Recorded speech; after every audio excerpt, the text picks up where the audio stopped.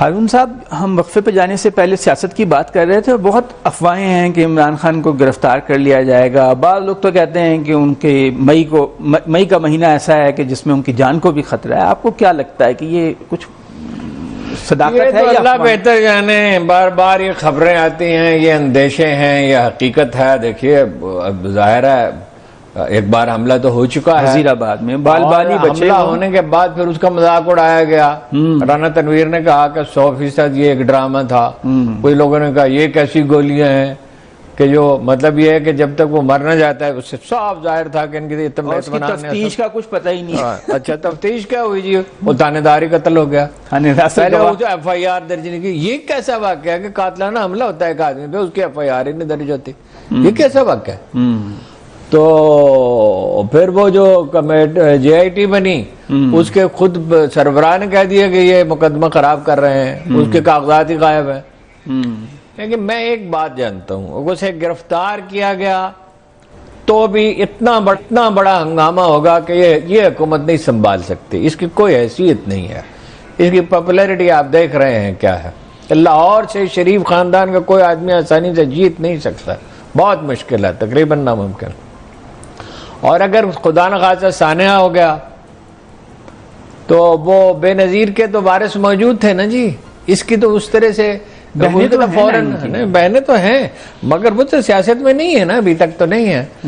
تو ایسا طوفان اٹھے گا جو سب کچھ بہا لے جائے گا، اس کا متحمل نہیں ہو سکتا. یہ لوگ جو ان کے مخالفین ہیں سمجھتے ہیں کہ زیادہ سے زیادہ ایک مہینہ ہنگامہ ہوگا، پھر لوگ چپ ہو جائیں گے. یہ لوگ خوابوں کی دنیا میں مینیجیبل ہوگا. جو ڈرا ہوا آدمی ہوتا ہے نا وہ ایک خواب کی دنیا بساتا ہے. یہ ڈرے ہوئے لوگ ہیں. آپ سمجھ رہے ہیں رانا ثناء اللہ بڑے بہادر آدمی ہیں. یہ اپنا جو ہے آپ نے ان کو دیکھا نہیں ہے میرا خیال، آپ ان سے ملے نہیں کبھی. یا اپنا خواجہ اعظم صاحب جو ہیں یہ آپ خیر دلیر آدمی ہیں. دلیر آدمی ایسے ہوتے ہیں. دلیر آدمی میں خاص تعامل بھی ہوتا ہے. وہ ہر وقت اپنا الزام تراشی کرتا ہے. اس کو مینیج کیا جائے. ذوالفقار علی بھٹو ہو گئے عدالتی طور پہ، ان کا قتل ہو گیا، مینیجبل تو اکثریت خلاف تھی نا. بے نظیر بھٹو کا ہو گیا 8-10 دن میں ٹھنڈا ہو گیا. نہیں ہر چیز نہیں مینیج کی جا سکتی. ہر چیز سمجھتے ہیں کہ میڈیا پہ کنٹرول سے. نہیں اس کا موازنہ اس سے نہیں ہوگا. اس کا موازنہ ہوگا شیخ مجیب الرحمان کے فتح سے کہ اس کو اقتدار نہیں دیا تھا تو اس کا نتیجہ کیا نکلا تھا. حالانکہ مگر وہ تو 1000 میل دور تھا نا. بے شک 1000 میل دور تھا، مطلب فوج تو وہاں موجود تھی. وہاں طاقت کا استعمال اس طرح سے نہیں ہو سکتا. بے پناہ طاقت کا استعمال ہوا. انہوں نے بھی کیا، انہوں نے بھی کیا. دیکھیں نا اس سچویشن میں غیر ملکی فائدہ اٹھاتے ہیں نا. یہی بلوچستان میں ہو رہا ہے اور کشمیر میں بھی. گلگت بلتستان میں بھی کوشش کر رہے ہیں. گلگت بلتستان میں فنڈنگ ہو رہی ہے.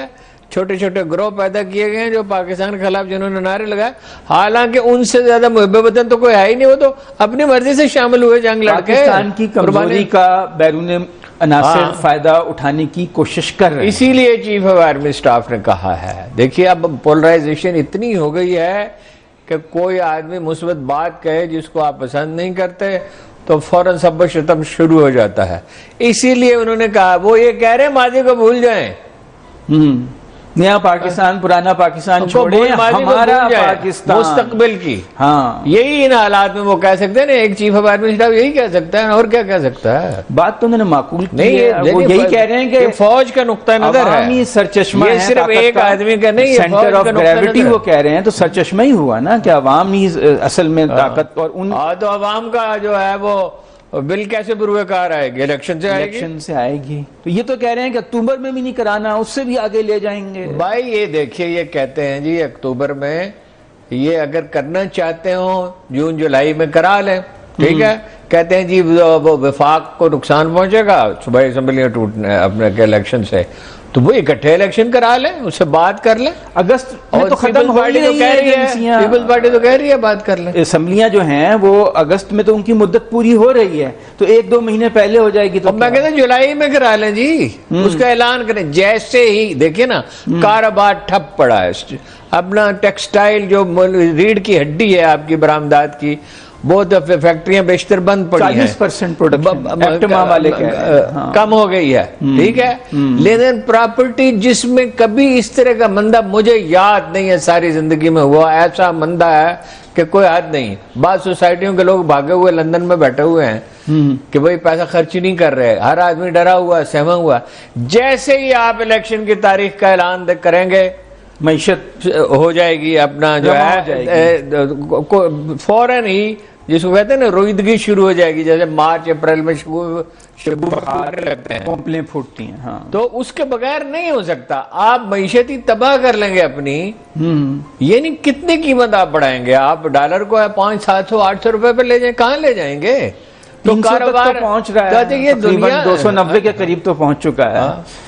تو ہارون صاحب یہ تو اب ایک دوسرے پہ اعتماد نہیں کر رہے ہیں نا, عدم اعتماد. سپریم کورٹ فیصلہ کرے گی اور اس کو نافذ کرنا پڑے گا, بس ہے.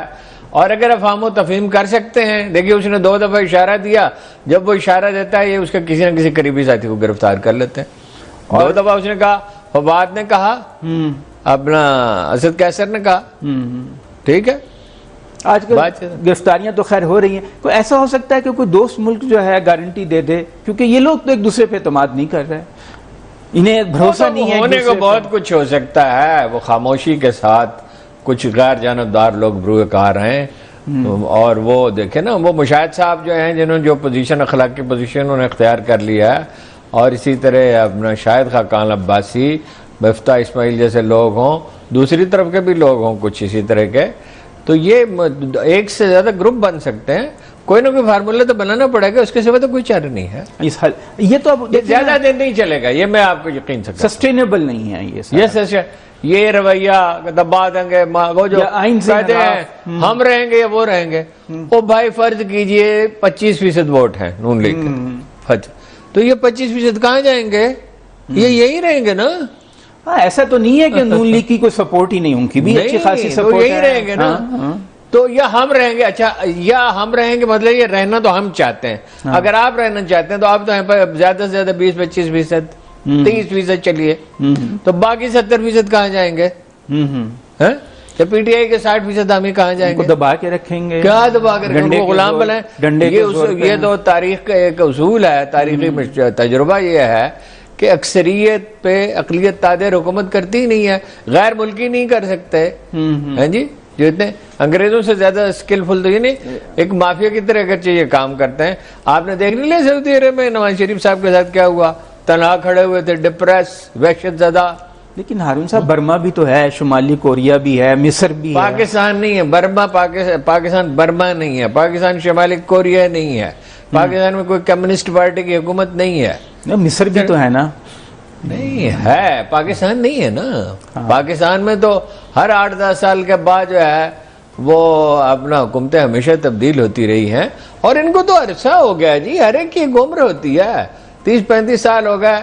88 سے لگائیں تو زرداری صاحب کو بھی 35 سال تو زرداری صاحب کو ہو گئے, انہیں تو 40 سال ہو گئے. ویسے ہارون صاحب اگر آئین سے روح گردانی ہوگی تو چھوٹے صوبے تو کافی ان کو نقصان نہیں ہوگا. ظاہر ہے, مطلب 18ویں ترمیم سے جو کچھ اگر وہ حاصل کیا ہے سب کا سب جاتا رہے گا.